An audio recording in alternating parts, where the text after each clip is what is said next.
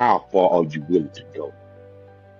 The drive, the sweat, the blood, the tears, your determination through the pain and all the suffering, people overlooking you, telling you that you're not good enough. You have to believe that you're great. And with you believing that you're great, anything you want to do, you can achieve. No one can stop you. Only you can stop yourself.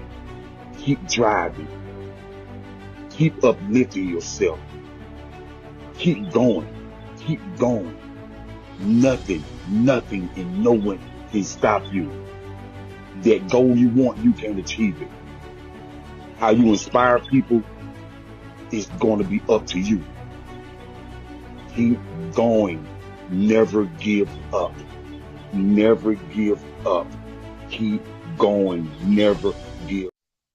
What's going on? What's going on? It's your boy Ikon EEE, and we here on 910 Sports TV once again. First and foremost, I want to thank God for this opportunity to be on this great platform, to have great guests and great people. So I'm going to start from my bottom and work my way over. I got my man right hand man, the guy Cowboys' biggest fan. You know what I'm saying? Clemson, I know he probably feeling a little down today because I don't know what Clemson out there doing. But anyway, I got my brother from another mother, Jacob the Great. What's going on, brother? Hey man, what's happening, man? Glad to be in the land of the living, man. Listen, boy. It ain't good for me right now, man. Y'all say a prayer for your boy, man. You know what I mean? We gonna mess around have to send a support party out there for you. You know, between for Dallas last week, Clemson this week. I don't know what's going on.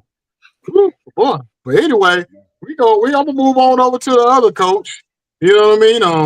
He up there in that Virginia area. Know it's probably about to get cold soon and all that kind of good stuff. So he got to get bundled up, get ready for that weather up there. You know what I'm saying? So I got the great, amazing coach Lamont T. Goins. What's going on, brother?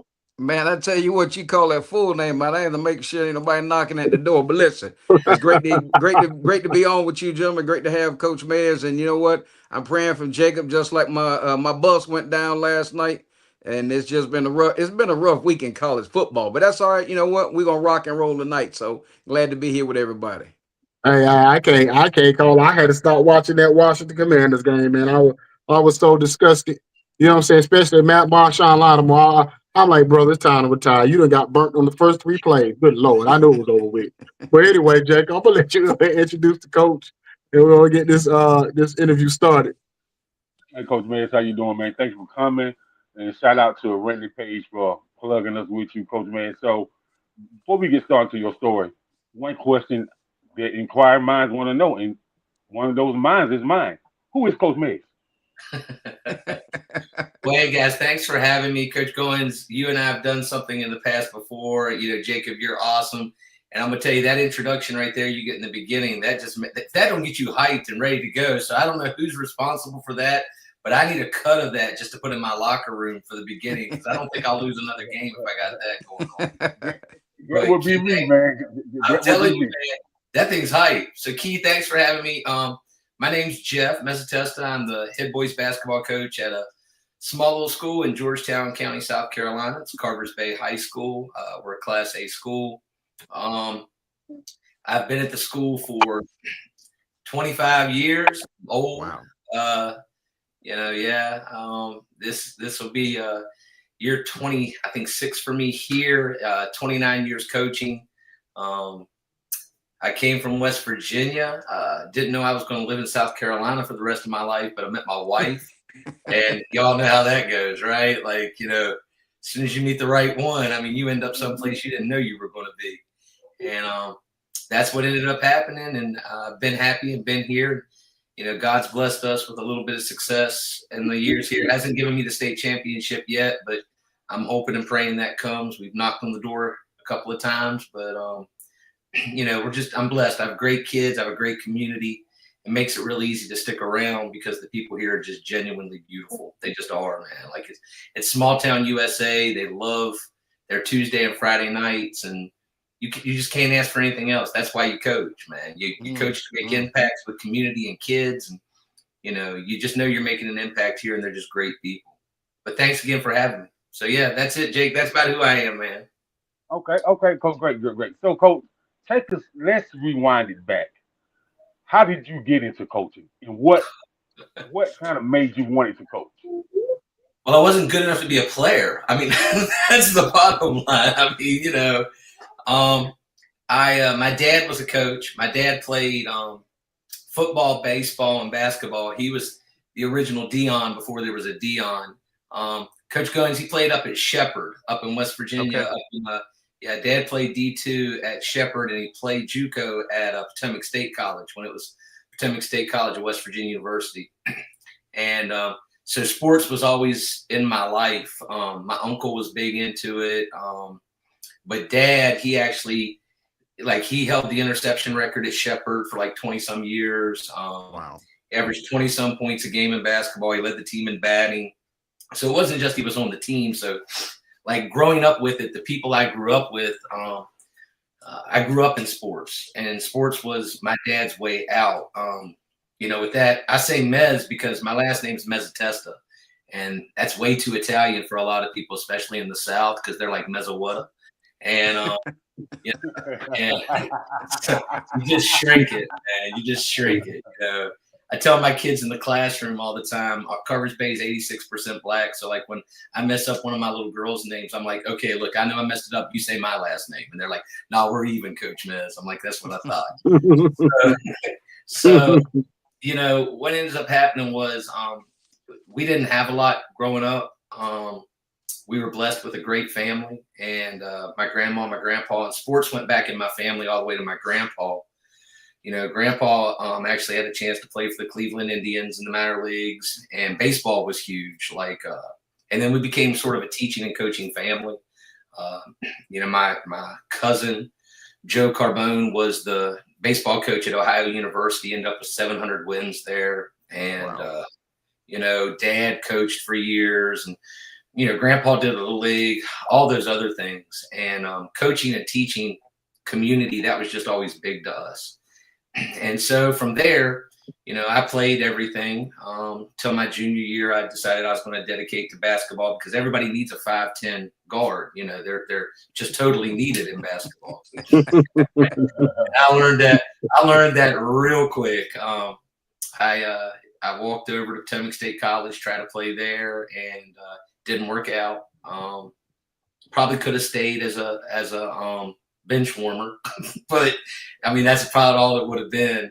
And I remember the coach looking at me and saying to me at the time, he was a wonderful man and friends with my dad. He's like, Jeffrey, we make impacts beyond playing. He's like, this isn't going to last. Where do you want your impact to be? And when he said that, it really hit me. And it was at that moment I really knew I wanted to be a teacher. I wanted to be like my Aunt Tammy, who was a teacher. I wanted to be like my dad. I wanted to be like my mom, who passed away years and years ago. They were all teachers. And I saw the impact my dad made as a coach.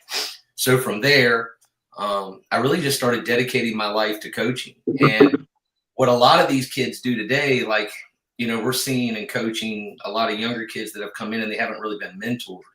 And we're really failing, in my opinion, we're really failing them as coaches because I was lucky. I went right out of college. I went to my first interview for a varsity position at 23, 22 years old, whatever I was. And I was like, well, I'm going to get this. The guy interviewing me, he's Italian. He played football with my dad.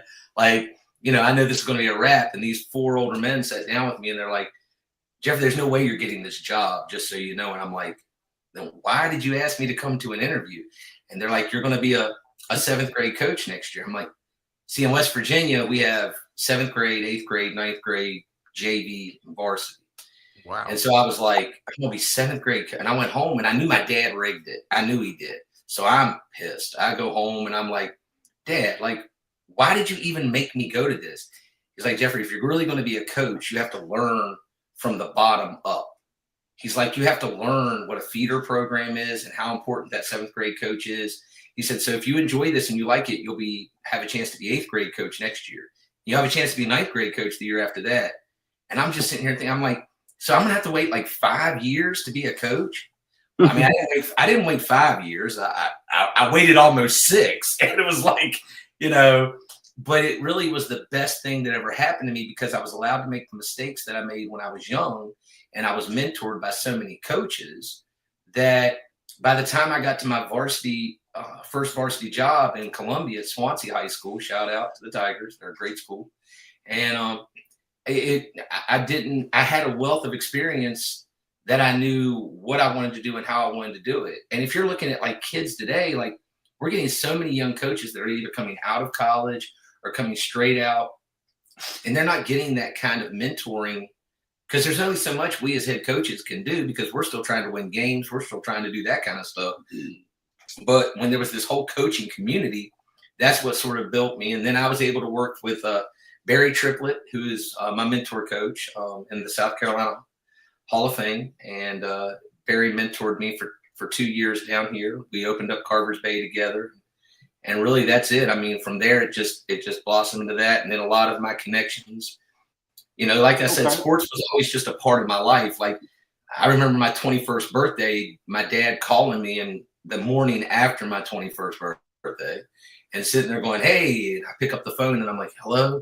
And it's like, Jeffrey, who'd I tell you the greatest football player in the history of West Virginia was? And I'm like, Dad, I know Uncle Sam's in there with you right now, but today is not the day to talk to me. And it was Sam Huff. So these were the things who, you know, invented the linebacker position. I mean, you know, just these are the people Dad had me hanging around my whole life that, you know, they put their pants on just like I did. But what they showed me was how impactful sports can be in someone's life. Now, Coach, now we gonna rewind it back. So you was a coach at Swansea.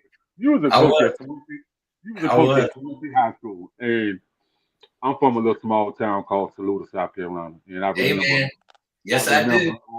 I remember playing against Swansea in high school, man. I definitely, man. You know, a lot of great people out there at Swansea, man. I made some great friends playing ball against them, man, and found some great coaches out there, man, as well as a lot of people in the church community as well, man. So shout out to them Swansea Tigers, man. Right. And it's so great that you know, I never knew that you was gonna say you coach that. Well, I did read in your bio, so I was like, is he going to mention Swansea on there? And you did, so you know what I mean. Salute to them, man. But coach, so you had mentors, man, and I say this all the time. You know, when I was growing up, I had a village, man. I had about 8, 9 Right. dudes that can tell me what to do, and I better do it. You know what I mean? And like they were like, man, who was that telling you what to do? I said, man, that's my daddy homeboy, and he like a real blood uncle, like for real, for real. Like I can't say nothing but say yes, sir. If he said get in the car right now, we going home. Okay, fellas, I'll see y'all later. You know what I mean? So when you say that's missing, it is really missing. You know, It is. whether it's community, whether it's sports, you know, whether it's teaching kids how to work with their hands, it's missing. You know That's what I right. mean? And so for you to come up in that era and have that, man, how has that shaped you and helped you stay disciplined as a teacher and a coach? Like I'll tell you this story, Jacob. Like this is one of my favorite stories. Like I teach government, and like that's the thing. Like, you know, I'm not just I don't like to ever. That was one of the things my aunt and my dad and everybody put into me. They were also like, you can't just be a coach. If you're just going to be a coach, you're not going to make it. You have to be a teacher, and you have to be good at teaching. And so, like in my government classes, like I try to bring so many different things to them and tell them in my government classes just how important government is, and sports is one part of that. But you know, we have to love the band. We have to love the chorus because these are all things that make us who we are as far as like a school body. Like you can't expect the band kids to be excited about what's happening on the football field or the basketball court if we're not excited about what's happening with them when they're doing their thing and it's their time to shine. But I'll tell you this story. This is one of my favorite stories, and I usually tell this in my government classes when I'm telling my kids about misconceptions. So my dad my dad was in state politics for years, okay, which I hate politics. Like I hate it. I love government, but I hate politics. So I'm sitting there and my dad takes me to Kaiser, West Virginia, which is where Potomac State College is. And so I'm sitting there, and my dad looks at me and goes, now I got to go talk to these guys, and you're going to stay here and you're going to play basketball on this court. And I'm like, all right. So I'm playing basketball, shooting by myself. Nobody's around. All of a sudden, this black kid comes out. What are you doing? I said, playing basketball. He's like, let's play. I'm like, let's go. So we start playing. And we're beating the immortal piss out of each other for like 30, 40 minutes. And I turn around like this. You got to understand, where I grew up in West Virginia, the county had 2 black families. That was it. There was maybe three. Wow. But that's what I'm saying, Coach G. Like it was different. And it was different because we were Italian. So, nobody knew what we were. So, I mean, it was just how it was. So I'm sitting there, and all of a sudden, Jacob, I'm not lying to you, Key. Like I turn around, and there's all these black people like surrounding the court. And I'm like, wow, where? And then I see my dad, and I'm like, And Dad's talking to this huge black guy. And I'm like, God, I've never seen a man that big in my life. And I was like, dang, da-da-da-da-da. So we're sitting there, and about that time, I'm playing, me and this kid are playing. I go over to talk to my dad, and first time my dad ever talked to me like this, he was like, get. Grown men talking, go. And I was like, yes, sir. I go over, we start playing. So when it's done, I come back over, and that's when Dad looks at me and he goes, this is your uncle.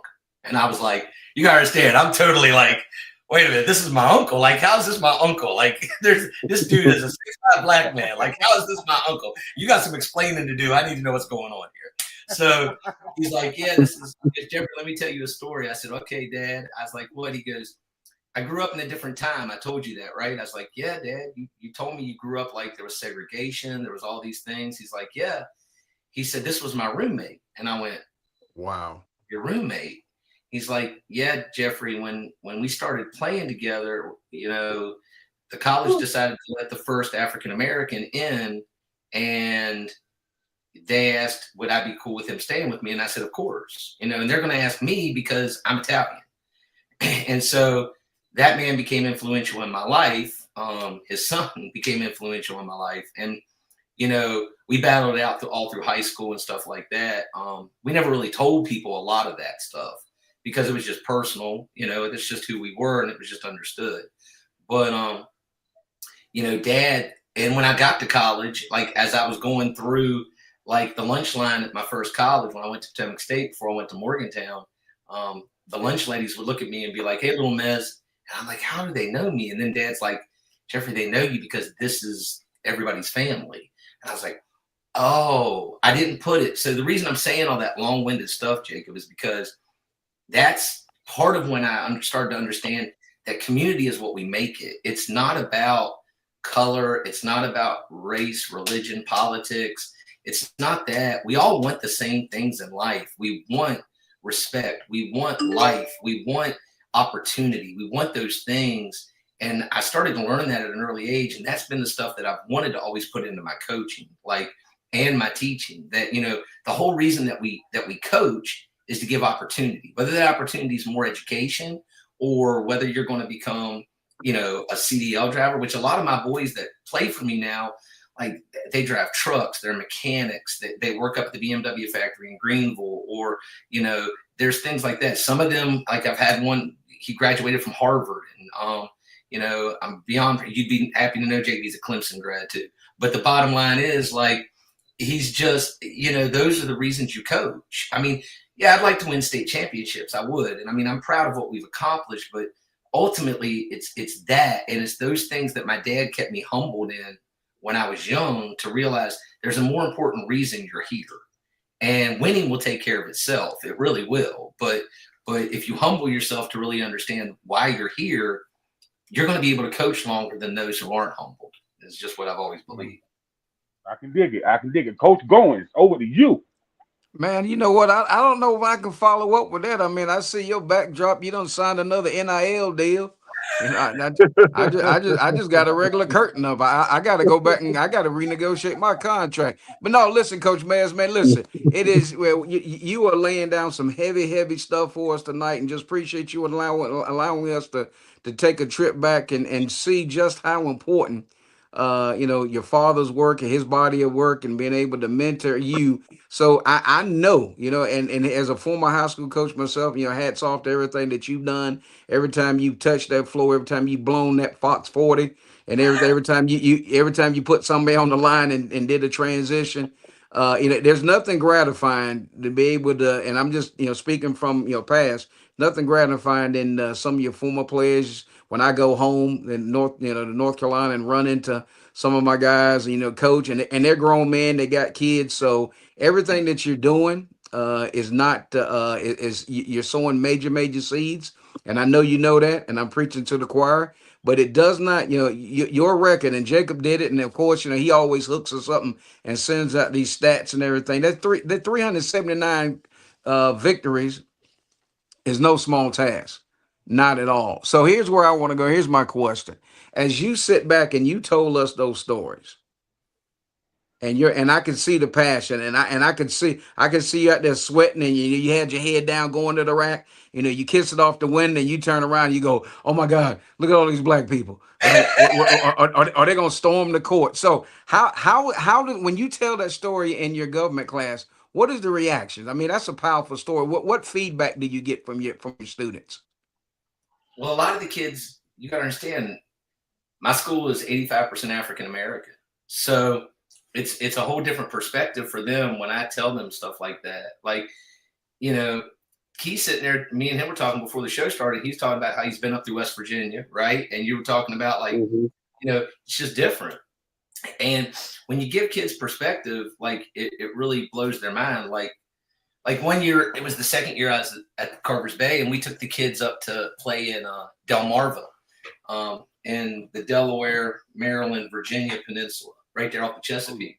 Mm-hmm. And that was the first time we were getting off at a McDonald's, and the kids were like, we walk into the McDonald's and there's 3 black guys there. And I'm like, "Hey man, how y'all doing?" I'm walking off. And this was the time, Iverson's still big. You're near Norfolk, so you're going to see a different type of African-American young man than you are in the South from what we're used to. And so I'm sitting there and my boys were nervous. I come back, I was like, "Y'all didn't place your order?" Like, "Come on, place your order." They're like, "No, Coach Mez, we're good." So we got on the bus and I had a conversation. I'm like, "What is the matter with y'all?" "Coach Mez, this is different." I was like, "Listen, y'all, every way you're acting right now and what you get upset about is the same thing that what you're doing. You got to understand, you have to take people as they are. You have to understand you can't allow what is out there to protrude on what you think about what you think about common man. Like, you can't allow that. Like, you just can't walk in nervousness." And and I'm blessed, honest to God, Coach Goins, I'm blessed because I have some wonderful assistant coaches that are with me, who are amazing mentors to the kids that I coach. I can't say enough about them. They're like my brothers. I love them to death, and they're very powerful black men, white men, and that's the thing that they do is they make sure to explain to the kids, you're going to have to live in this world that you're going to have to understand all aspects of the world, not just find safety and what allows you to make a little bit of a niche. You got to live in a world that's going to allow you to make a big impact.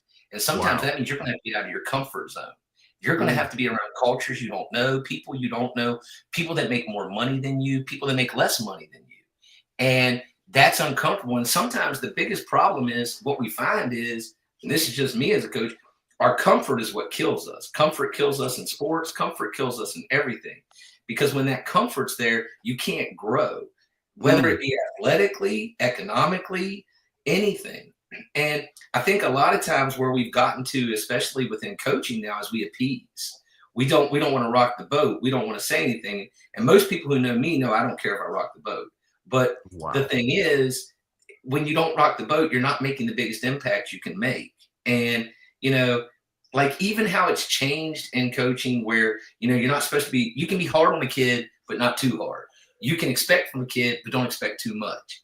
it's like, man, I'm cheating them then. And that was the number one thing that I always said when I started coaching was, I will never use a kid. I won't use a kid to further my career. I'm not going to do that.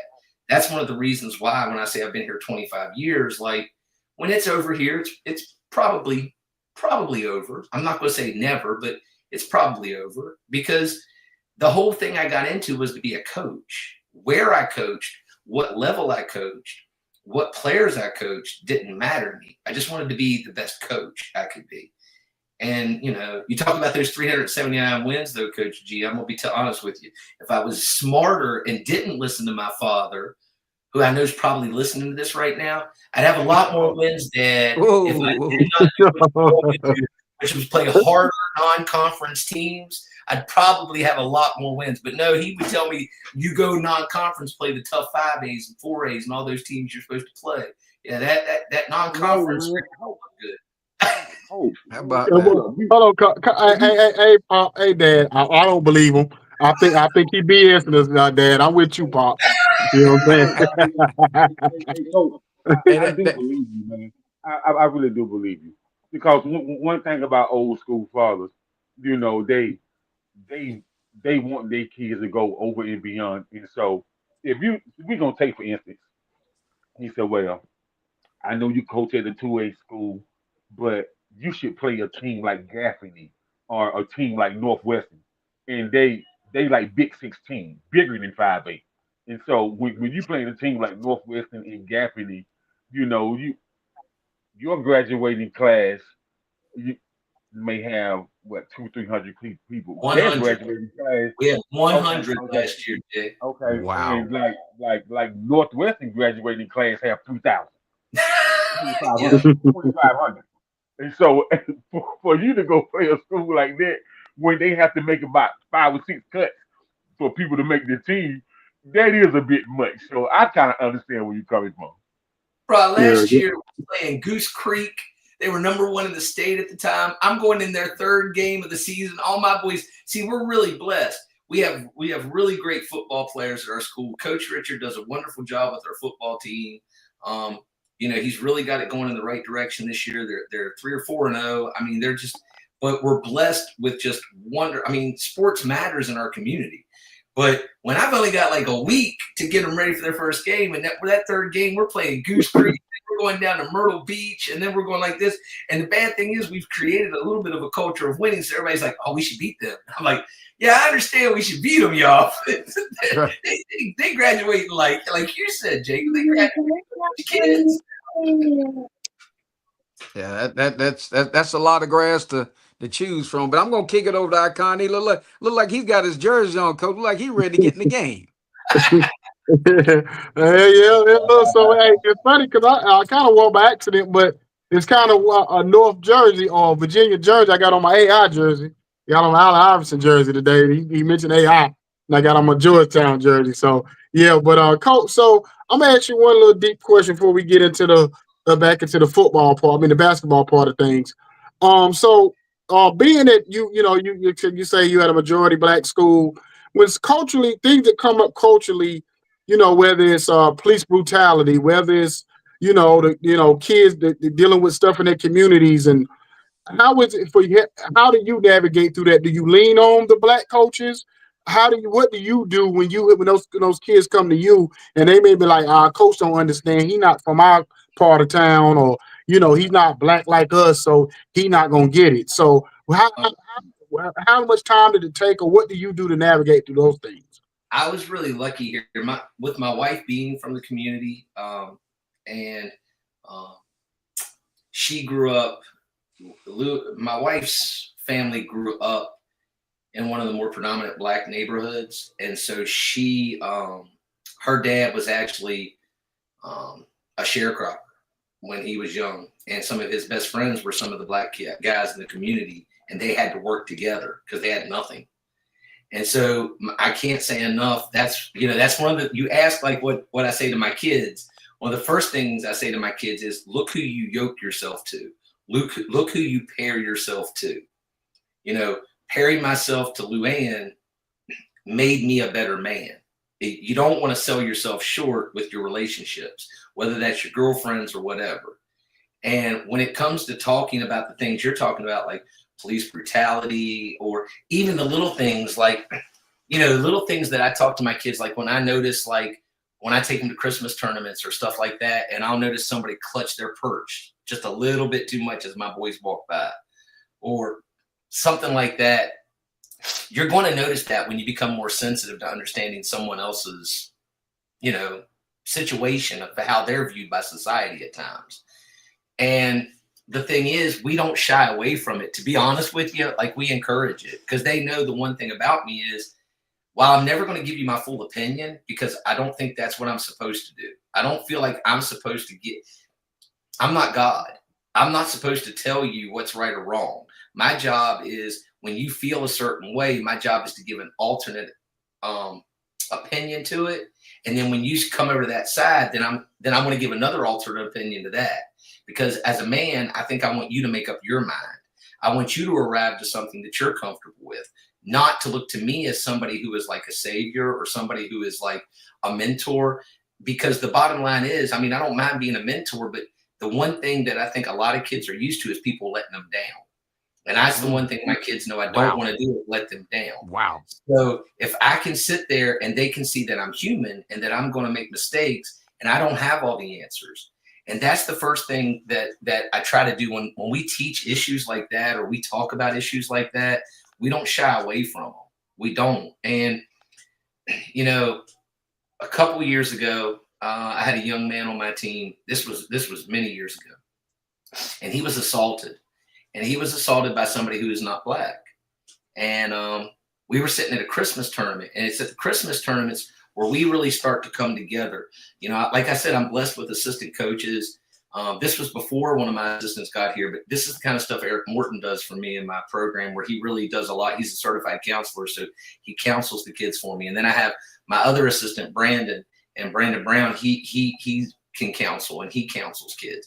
And then I've got my other assistant coach who played for me, who is he's like my son. I love him to death. That's Byron Wigfall.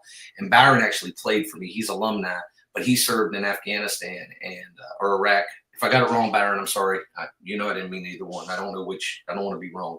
But Byron had a very traumatic time while he was in the military, but he's not afraid to share those things with the kids. And that's the number one thing. And as I go back to that story, the one thing that was hard for the kids to understand in my culture is, for Italians, we're going to show our emotion. You're going to know when we're angry. You're going to know when we're mad. You're going to know when we're sad. We're going to cry. And the thing is, the reason why is, that's what we were taught. You don't lie to people with your emotions. You don't. And you make sure they know that you know when you're pissed. And then the other thing is, we have to forgive quickly. Now, the old Italians don't do that. I'm not going to lie to you. The old Italians don't do that. But that's where my family came in, and they were like, Jeffrey, you can tell someone how you feel, but you need to, as a Christian, as a person who wants forgiveness, you need to give forgiveness. You need to say that. So this kid, all this stuff that we're teaching, he's sitting there, and like I said, he was assaulted. He was actually cut from here to here. And he moved to our school. And when he did, we were sitting at our Christmas tournament, and that's the time that we're starting to really let it out. With a hard schedule, we're probably not winning as many games as we wanted. All this other stuff is coming out. There's emotions coming out. You're not being a good team player. You're not doing this. And that's the time that we get together and we sort of hash it out. We chop it out. And that's when he goes, I'm going to tell y'all, we have a chance to be really good, and I need to tell y'all something. And that's when he told us the story. And that's when he looked at us and he said, I'm going to tell you one thing. I didn't trust anybody who was not Black until I got on this team. He said that everything of that trust had been taken away from me. He said, but now I see there is goodness in people. And I have to learn that there's places I want to go in business. And this kid actually owns 2 businesses now in Texas. And he's certified. He owns his own trucking line, and he does HVAC. He owns part of that. And just a phenomenal kid. But the thing is, that impact where he knew he had to find a way to trust people again that he was going to have to work with. But I couldn't imagine the trauma that he had been through. That's the thing that I'm saying is, you can't shy away from it, is what I'm trying to say. Like, when kids know that you're real and that they matter and that you're not going to try to sugarcoat something and you're going to be honest, I mean, kids like stuff like this. Like I tell my kids like this, like, hey kids, what percentage? I mean, you go to a school that's 85% African American. What percentage of the United States is black? And when they're looking at me and they're saying 60, 70, 20, 80, and I'm like, kids, it's like 13%. And they're like, and they'll be like, no way, Coach Mez. And I'll pull it out and I'll Google it. And they'll be like, trust me, I travel all over the country. Yes. you know what I'm saying? And so that's what I'm saying. Right. And so when they see that, then the conversation that you get, it becomes a lot deeper than just talk. I mean, then the ideas that you were asking me about become even deeper, because now it's like, well, how is 13% going to have a voice? How is 13% going to be seen? And I'm like, well, that's one of the things you're going to learn in this class. That's one of the things you have to learn. How do we do that? And I just think, again, that's why we teach. That's why we coach. I mean, let me say this last thing. I had a young man who played for me, and he ended up going to play in Oklahoma. And I'll never forget. I mean, he calls me up, and I'm like, hey, what's up, man? You good? He's like, yeah, I'm just shopping. I was like, what? He goes, man, I want you to know you're right. I said, what are you talking about? First of all, you never tell me I'm right. So there's got to be something going on. And he's like, no, man, I'm in Walmart. I was like, what? He goes, there is not a single black person in this Walmart right now. He's like, this is the craziest thing I've ever seen in my life. And you know something, Coach? You know something, Coach? It's funny you say that. And I might got one more question. I'm going to get back to Jacob. I tell people, and matter of fact, I told you this, Jacob. I said, if you go, because I travel, I deliver cars all over the country. I said, if you want to know what a city or community is, go to a Walmart. It'll tell you exactly what it is. It'll tell you if it's black, white, Mexican, or whatever. Because really, I believe Mexican population in America is probably bigger than black people, but they probably can't get a true number because there's so many immigrants. They don't have a true number. You know what I'm saying? But I guarantee you, and I told Jacob, I said, when I go to I could go to the whitest city in America. But if I may not see, I may be the only black person in there, but I see the Mexican culture. I see a lot of them in it. So you know what I mean? So I understand what you're saying, but I do want to ask this one last question before I give it back to Jacob. Yeah. And I've never phrased it like this. It's funny, I'm going to phrase it like this for the first time. What is your consistency? Because in the music business, we talk about being consistent all the time. And the reason why I say, what's your consistency? You have such a high winning record. What are you consistently good at as a coach that made you be so successful over these last 26 years? I think it's the things that I said. You have to have, I don't know who said it. I just remember it was said, and it was some famous coach, but he hit it. You have to have passion. I mean, like, I hope, like, when Coach G sat there and said just a second ago, like, he heard my passion, kids will run through a brick wall for you if they know you're passionate for them. Kids will listen to you in a classroom if they know you're passionate for them. Kids just want us to be real with our passion, our feelings, our emotions. They want truthfulness and passion. They want you to care as much. And so that's the thing to me is, I think that's just what, if I had to look at it, like, it matters. Like, and when I say it, like, I'm not just talking about basketball, like, it's this huge IT, like, it has to matter. And that means the individual kid. It means the rules that we have within our program. It also means the forgiveness if you break the rules, but it means the consequences if you break the rules. It means not throwing the baby out with the bathwater. I mean, but it also means sometimes knowing you got to let the baby go. It's all those things, but you have to do them with passion, with that consistency you're talking about. You have to be real, and you can't hide behind realness. You can't hide behind realness, because then that's when fake comes out. And when fake comes out, man, I'm telling you, the peeling, it peels. It's just like chip paint. Yeah. You never get that back. When you fake the kids, you're never going to get that back. You are done. Yeah. But go ahead, Jacob. You're never going to get that back. Go ahead, Jacob. Now, Coach, I'm going to say this. This is going to be a controversial question. Man, we haven't had controversial yet. I ain't been controversial the whole time. What you talking about? But it's all good. And the parents going to get mad at me. Now, Coach, I've been around a lot of kids. I did some JUCO recruiting, for JUCO, you know. So, and what I find out, and me and the parent got into it this summer, early this summer. I said, man, are you not paying attention? They was like, excuse me. I said, well, your kid is a very good athlete and a very good scholar. Do you know what your kid grade point average was as they was a rising senior? Yeah. Crickets on the phone. Pause. I said, maybe you didn't hear me. Did you or your husband know what your son's grade point average was while he was a rising senior? Cricket. So they said, how? What did they have to do with anything? I said, now, I find it very ironic. That's your bloodline. The mother carried him. You know, he came from you, dad. You know what I mean? That's your bloodline.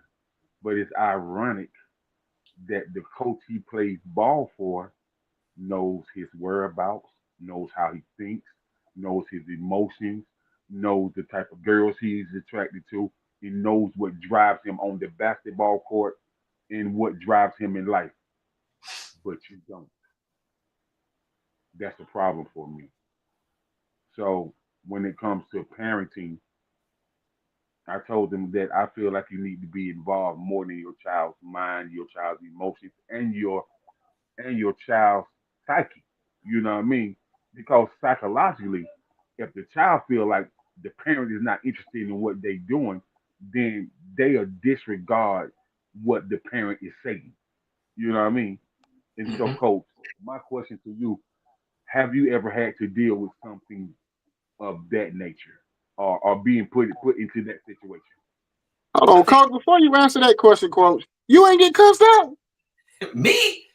No, Oh, bro. I'm talking about Jacob. I'm talking about Jacob.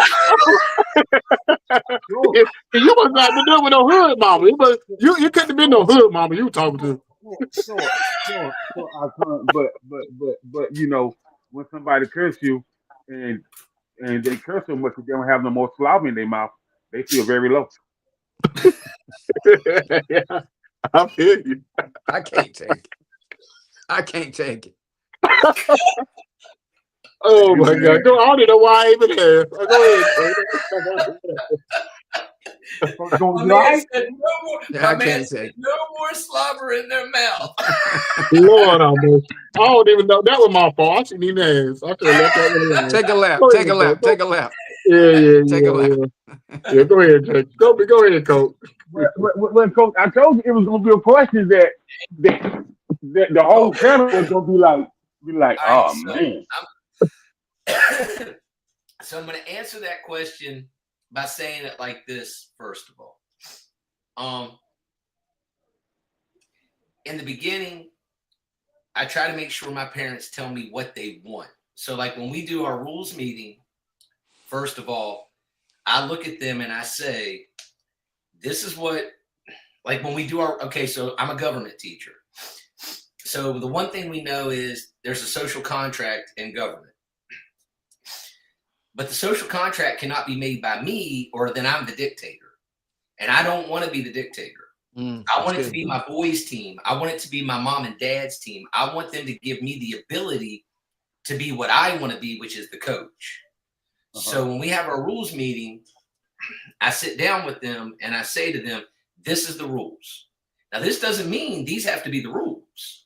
Because at first they look at some of the rules and they're like, well, wait a minute.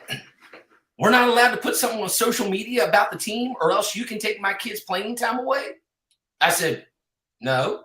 Well, that's what you have in the rules. I said, listen, guys, what did I say to you in the beginning? These are my rules. This is what I want. That does not mean that's what we want. So they're like, well, explain to me what you mean by that. I was like, well, according to that rule, did the parent even come talk to me about what they were upset about? Or did you just blast me and the team and make us look stupid on social media while I'm trying to help your kid get a college scholarship? Because now, while you did that, that college scout or that college coach, right now he's turned you off because he don't want you. So half of this is me looking out for you as much as it's looking for me. I said, so they're like, oh, so like what you're saying is you don't care if we blast you. I said, I'm a big boy. What I'm asking you is we don't allow emotions to tear apart anything that we're trying to create for your son or your daughter. And so then it becomes, we got it. So what you're saying is if we blast, but we don't talk first, yeah, you broke the social contract. I mean, freedom of speech can hurt as much as freedom of speech can help. And so now what happens though is, Jacob, we sit down with all those rules. What is a mispractice? What is not a mispractice? What is excused? What is not excused? What should a practice look like? What should a practice not look like? What is the expectation of practice? What is the expectation of not? Because it goes back to what you're saying. And I'm not trying to escape the question, Jacob. I'm not. I'm trying to be honest. We've already admitted that our society is not what our society was when we were around. I know we all 26 in this room right now and bulletproof, okay? But, I mean, it's just not the society that we were in. And we've got a lot of babies raising babies, okay? We got a lot of parents that are doing the best that they can do because they're literally more worried about the economic means than they are about all of the means, economic, social, political. And I don't mean political as far as Democrat, Republican. I mean political as far as where am I as a human being, as a citizen within this realm of the United States. That's what I mean. And so the bottom line is, a lot of times that parent's not checking it because that parent is saying, I don't know. Like, I'll never forget this. This is something, this is what I try to always put into my head. My grandma was like I told you my dad was my hero, but like my grandma was like my hero. Like like y'all can probably understand that, right? Like grandma was very important. That's what was for me. Okay, so I came home, I was like in the 7th or 8th grade. And when I came home, I asked grandma, I was taking like algebra. Well, I suck at math. Like when I tell you I'm bad at math, like I'm horrible. I don't even know how a checkbook gets balanced. Like algebra, I don't know how A plus B equals C because that's alphabet stuff. Okay, like I'm horrible. And so I came home and I'm laying it down in front of my grandma. Like all good grandmas, what does grandma say? Oh, baby, what are you doing? Right? And I said, oh, grandma, I'm doing math. And what's grandma say? Oh, well, let me look at it. Right? This is what my grandma did. She went like this. She pulled the book. She went, oh, hell no. She went that way. And I was like, grandma, she goes, baby, we didn't do this in school. We didn't do this. The seniors, you didn't get this till 12th grade. And they knew I was going to be a beautician. They weren't going to give me math like that. And I was like, and the reason I'm saying that, Jacob, is that sort of gives me a pass to a lot of my parents because they don't know. And they're depending on us more than ever because they don't know. But now but you got to understand the double-edged sword of it. Then when we make the mistake, they can still save face with their children. They can still say that coach, he messed you up. And to be honest with you, this is something I'm telling you as a coach. One of my other things I think is important is to keep the family integrity. Because years later, that kid's going to understand that I didn't let them down. But for that moment, he needs his family more than me because he only gets me for 3 hours a day. And so therefore, that parent doesn't know. So to me, my thing is when that sort of stuff happens, I already know it's going to happen. And I'm not perfect. I'm not saying that, Jay. Okay, I'm not. But what I'm saying is like, I have to find a way to educate my parents as much as I have to educate my players. Does that make sense what I'm saying? It does. It does. So, Coach, even though she used her choice, devilish type words. Come on. I bet I wonder why. But go ahead. But her son, I was offended and I wasn't even there.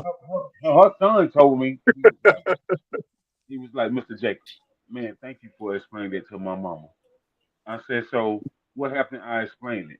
We just sat on the couch and talked for about 3 hours. I said, I mean, I'm pretty sure your dad was offended. He said, yeah, my daddy was offended. But you told them something that ain't nobody ever told them. And you weren't that nice about it. That's you what I'm very saying. Very blunt, very upfront, and you stood on what you stood on. But now they're at every game. They call me 3-4 times a week while I'm in college. So even though she had her choice devilish words, even though she was acting like Pharaoh, you know what I mean? You know what I mean? I still got my point across. And But see, you here's know what? go ahead, Key. Go ahead. What I was gonna say, and I don't know if Lamont had one more question because I know we got to get out of here in a minute because this thing got real deep.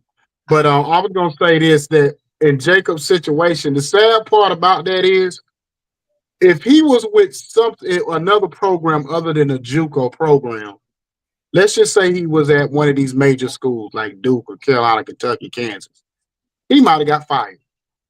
The reason why I say that is because if he went back and told maybe the coach of the team what he did, and then that parent received it the wrong way, then now, oh, we gotta take you off recruiting because you were in there offending parents. You know what I'm saying? But being that he's in a situation where he can have a little bit more freedom to say and do whatever, then and because it may not go that way every time.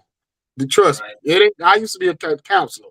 It ain't gonna go that way. The way Jacob, it ain't gonna go. I'm not saying you was wrong. I'm just saying it ain't, when you talking about parents and they are very sensitive people. When especially you come, who you to tell me I ain't no good mother? And you don't know me like I that. You know what I'm never saying? said they were a good parent. I said I don't understand how you guys did not know your son's GPA as a rising senior. And I get, Yeah, you know, but watch this, Jacob. You say that, and I rebuttal. So what are you trying to say, Jacob, Mr. Anderson? You know what I'm saying? So you what hear I'm me trying feel to what I'm say, saying? ma'am, I could go ma'am, that quick. can you tell me his GPA? But I it already could go know it. left that quick. I That's what I'm already trying to know it. say.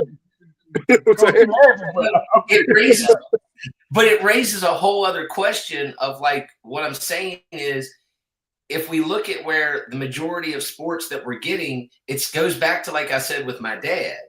My dad used sports to get us out. I don't want to say we were extreme poverty. We weren't, but we were not middle class. My dad and them were not middle class growing up. They were poverty, but not extreme poverty. But the okay. thing was, my grandma trusted my dad's coaches. And Mhm. but my grandma still said there's certain things, Jerry, I know you know how to study and you need to spend an hour a night studying. But the thing I'm saying is today where we've gotten to is we're still pulling the majority of our athletes from these socioeconomic backgrounds. And Mhm.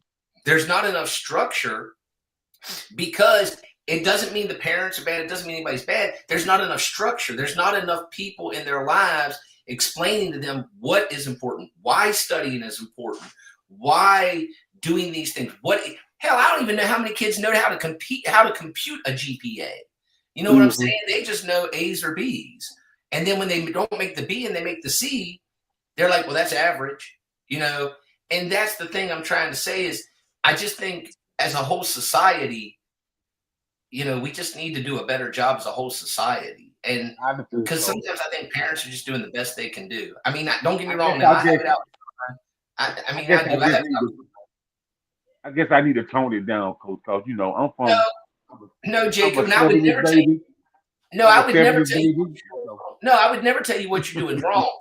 I promise. What I'm saying is no, and I would be disappointed too because you would think that when they get to that age at 21, 19, that they would know. But if they've been allowed to just be a basketball player, think about it. You might have got that kid and you're at the JUCO level. What is the only thing maybe expected out of that kid since he's been in 8th grade? Win a ball. basketball game. That's true. Yeah. That's But true. what I would say is, Jacob, being used to being a counselor, I don't think it's about toning it down. It's based on when you go into a home, getting a rapport built before you say certain things a certain way. So if you because you might go in a home and they might already be on the defensive or they might already be a certain way or whatever, and they may not open up.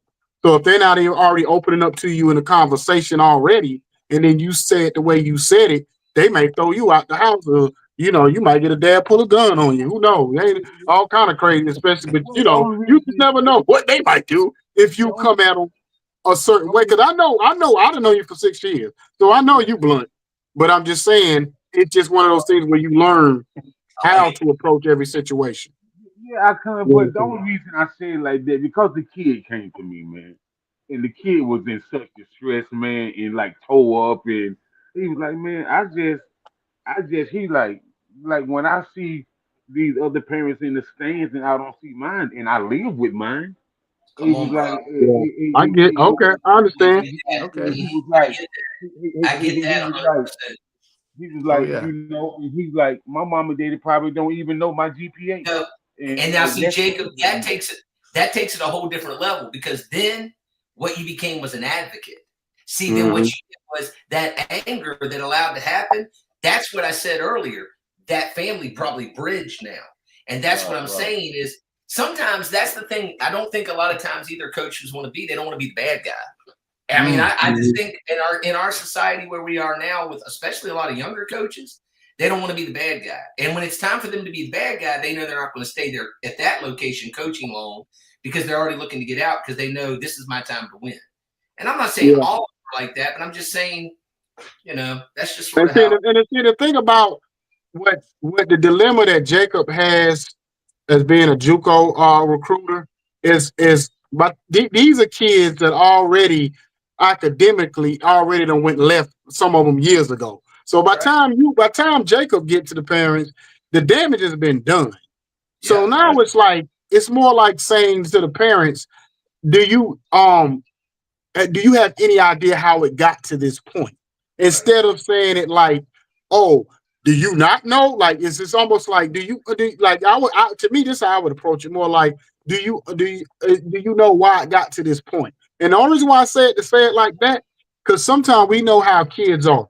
Teenagers are the biggest truth liars in the world. In other words, they'll become the victim when they're not really the victim and make their parents the villain. And then when you go talk to the parents, they'll be like, nah, we work with Johnny and all every day and blah blah, but he don't want to do right. So now he Man, done made himself into the victim. Then he got you going into the home, and you might, and I'm not just saying not this particular home, but it could be another home, another kid do the same thing, and he got make you with egg on your face. Now you done found out that he done sat there and truth lied to you the whole time. You know what I'm saying? You know what I And mean? I Or you're whatever. right. I tell right. you right, dude. These teenagers tell more lies than the comic book. You're And right. I'm telling you, Jacob, that's the one thing. If you ever get the time to come down to our place and you ever get a chance to talk, this is the things that this is where I told you in the very beginning that I'm lucky. I'm going to tell you this about my parents. My parents want that bluntness.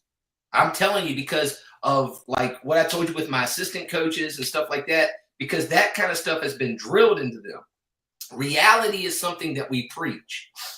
Reality is something that is always addressed with them. And the idea of if you came and you said that to a lot of my kids or my parents would look at you and they'd be like, yes, I know what he's making. And he, like you said, but he doesn't want to do what he needs to do. How do I get him fixed? How do I do that? And I think that's what a lot of people are looking for too is how. Right. And I think that's where you become important is you're one of the hows. And I think a lot of them, they're looking towards you because you might be the last hope to allow their kid to be that college graduate. And I think Right. that's a lot to expect out of you too. You know what I'm Oh, well, saying? Like, I don't mind because that's what I had, man. I had people to I had people in the community that would get in my face like a drill sergeant, like it's me a civilian, and they are the Green Berets, that's and right. like nose to nose, like that's what I had. That's You know right. what I mean? Coach Goins, you gotta think we got you over here. You just over there like, you know what No, I'm saying? no, Like you, you know what? You know what? I'm taking it in because here's the thing, man. Coach Mayers, he's laying it down. You know what? And when I say he's laying it down, because here's the thing: people don't know what they don't know, right? Come And on. when you look at it, and Coach, and again, not trying to rehash what Coach Mayers said, is so many people, and when in this day and age, are worried about just essentials, keeping the lights on. How do I gotta go to work. I'm out of time. I done took off from work so much, so many days, and I'm not able to go to the game. And now I went to a football game the other night. And in Charlottesville, Virginia, it was $9 to get in, right? So Yeah. in that, you Come on. just like what average family gonna go, and if they got 3 or 4 kids can pay $9, or do you leave kids at home and only daddy goes? And in Virginia, in our county, the boys and girls don't play in the same gym. So, so if the boys are, if you got siblings on the team, the girls are playing another site, the boys are playing at home. So the whole dynamic is not like it was when I was in high school. When I was in high school, it was the JV boys, the varsity girls, and the varsity boys played under one roof. It's not like that here in Virginia. So now, from a parent trying to make the means in, they don't know, they're not. They've had a full day. So by the time Coach Mayer said his grandmother would ask that question about math. In today's world, kids come home and mom and them don't want to look at that textbook.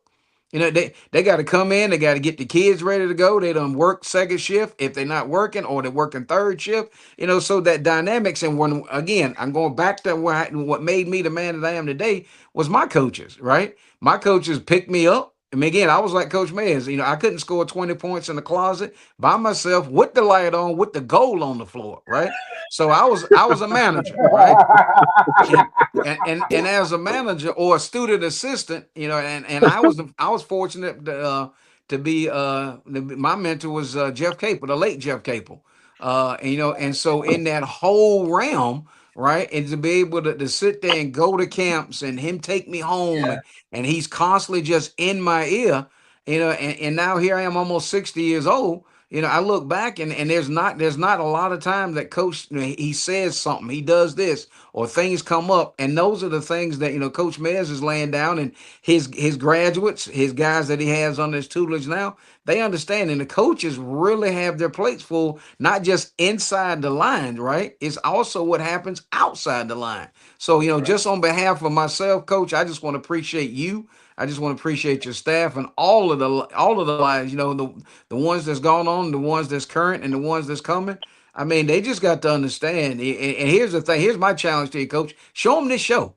Sit down and say, hey, you know what?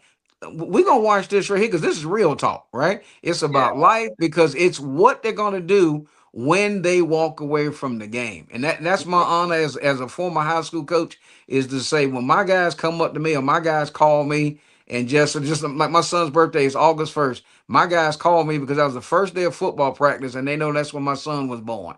And my guys are calling. I've been, that's 30 years ago. And the guys are calling and say, man, hey, Coach, man, I know what day it is. I know it's Brad's birthday, blah, blah, blah. So, but again, just on behalf of my coaching background to yours, that's, we just wish you, and again, we're going to speak that state championship. So the next time you're on, you'll be able to show us that ring. But again, it's just been an honor and privilege to have you on, and you've done a magnificent job just being truthful about everything, not just the X and O's, but about life. And I appreciate you. And I appreciate you coming on, Coach. I know we got to end this thing, but I appreciate you coming on, and be honest with you, I was not expecting it to get this deep, but that's what our show is about. We just never know what's going to happen, but it's one of the conversations that's needed, especially with things that's been going on lately. We know what happened this past week. We know with things going on, these are the type of conversations, these real conversations we need to have. And to me, to be honest with you, I like having these conversations with white guys like yourself, so we understand each other.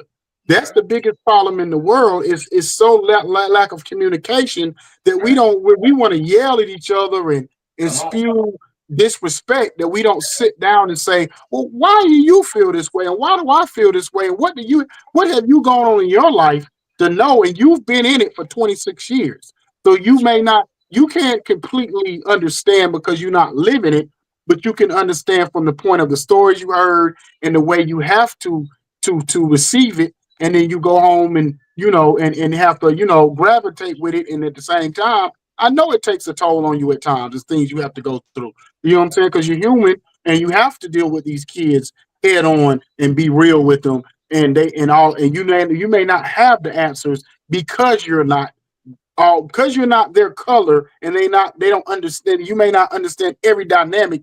You're not going to have the answer, and you've admitted to that. I'm not going to have all the answers. I'm not supposed to. All I can do is give you ways to deal with it, and you deal with it the best way you can, and I'll be there for you when the chips fall. Amen. I'll be there for you when I can. Right. So I appreciate you coming on the show tonight. I would love to have you back, after the season. I would love to have one of your kids, one of your other coaches, whoever. I don't care if it's the athletic director. We have those on too.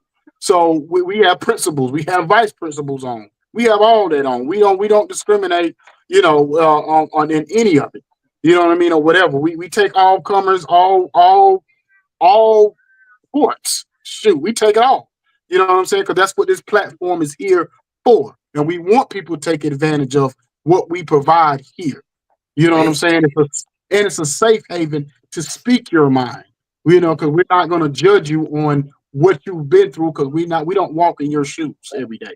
So we can't judge you on how you have to approach it. And you may not always get it right. But of course, the way you spoke on it, the people around you, your coaches that are Black, may say, "Oh, coach, you dropped the ball on that one," and you might have to say, "Oh, what did I do wrong?" And then they'll say, "Blah blah, you should have dealt with it like this," and then that makes you better next time. And that's it. I mean? And I really appreciate you guys. Oh, go ahead, Jacob. Did you want to say something? And I'll say what I was going to tell you. Coach, I just look forward 397, and so I'm from South Carolina, and I know how people look at 397. So I'm gonna just go ahead and say, you know, salute to you for being in the Hall of Fame, because it's coming. I appreciate it, guys. I can't tell you, I needed this tonight. You know, one thing that people do know about me is I try to keep it real. I don't try to shy away from stuff. And I love my boys. I love my program because it's not mine. It's my community's. It's ours. And, you know, we have a good shot to be pretty good this year if we can stay healthy through football, because most of my boys play football. Because that's whole nother conversation. I don't believe in doing one thing. I think you should be a kid and play as much as you want to play. And we do have a chance to be good. We really do. We have some good young talent. And we have some vested seniors, and I'm blessed with some great coaches. And you know, I wish my girls coach wouldn't have left me. He left me and went and became a Division I assistant coach at University of Missouri, Kansas City. So Logan, if you're watching, I hate you. So you know, I wish he wouldn't have left me. But other than that, yeah, I mean, what you all do is amazing, and I needed this. You recharged my batteries. You really, you know, when you talk with men like that get it and that love it, not just sports, but like love it. You know what I'm saying? Like people and connection. You know, that's vital. And you know, when you get into your 50s like I am, you just want to know that what you've sort of done has mattered. And hearing you guys sort of bring that back, it just means a lot. And what you're doing is important. I mean, it really is important that you guys are sharing what you're sharing, doing what you're doing. And I hope that more people, the next people you bring on, I hope that they're willing to be honest with you and everything else, because this forum is just what's needed. I think it's what's needed in America today, especially with sports and things like that. I just think it's really important. And I just can't thank you all enough. I mean, you're just amazing men, and I just thank you for sharing the time with me. All right, no problem, Coach. And God bless you, and God bless your kids. Thanks, that they all stay healthy.